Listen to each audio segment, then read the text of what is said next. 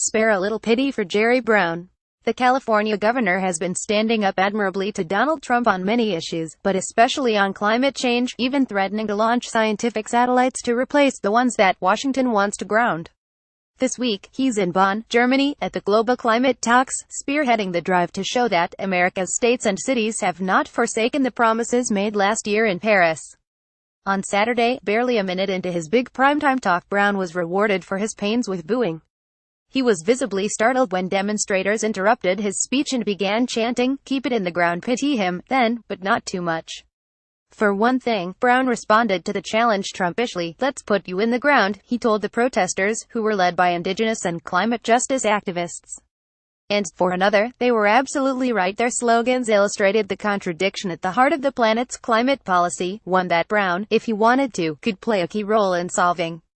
There are two halves to the climate dilemma: demand and supply. We use too much coal and gas and oil, and we've begun to address that through the rapid adoption of renewable energy, the spread of conservation measures, and ideas such as a price on carbon.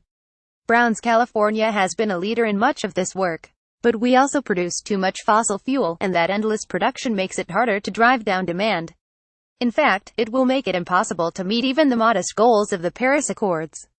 A remarkable study, published last year by Oil Change International, found that the world's developed oil and gas fields, the ones we're already pumping, contain enough carbon to carry us past the 1.5 degrees Celsius temperature increase agreed to in Paris. Add coal to the mix and we go way past 2 degrees without ever discovering another Seymour field. That's why campaigners from around the world, meeting in Lofoten, Norway, this summer, signed a declaration calling on governments to begin the managed decline of the world's fossil fuel production zones. 500 NGOs, including 350.org, which I helped found, have signed that declaration, but not many political leaders. In fact, heads of governments tend to fall into one of two camps. The first, populated largely by Trump and his followers, sees climate change as nonsense and aims to increase both supply and demand. The other, which includes everyone from Barack Obama to Canada's Justin Trudeau to Brown, offers inspiring rhetoric on fighting global warming but refuses to rein in fossil fuel exploration and development. Trudeau, for instance, said at an oil and gas conference in Texas this year that no country would find 173 billion barrels of oil in the ground and leave them there, a reference to Alberta's tar sands. Give Trudeau high marks for honesty. He's gone all out to build the pipelines necessary to drain that oil, but low marks for math.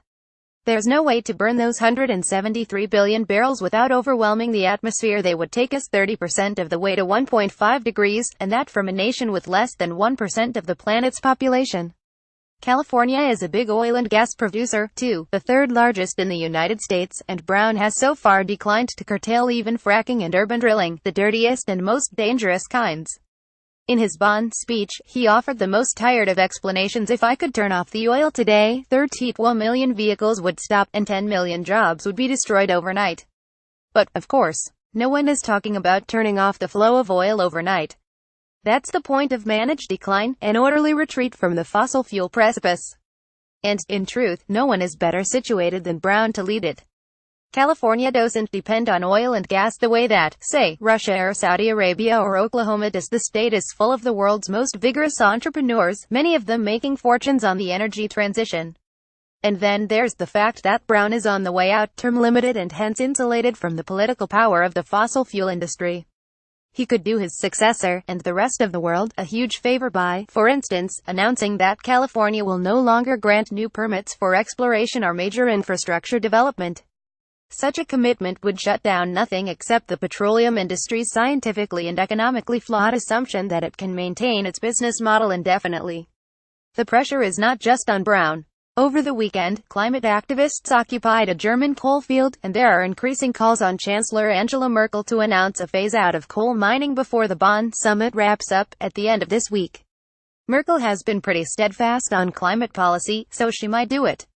But Brown is something different. He aspires to lead Earth's fight against climate change, having called a huge conference next autumn, in San Francisco, of governors, mayors, and other subnational actors from around the world.